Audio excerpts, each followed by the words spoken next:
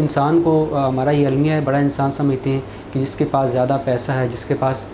कारें हैं, बंगले हैं, कोठियाँ हैं, लेकिन हकीकत में इंसान वही अच्छा है जो दूसरों के काम आए। जैसे कि ये यहाँ पे किडनी डायलिसिस सेंटर है, बड़ा मुश्किल काम होता है किसी भी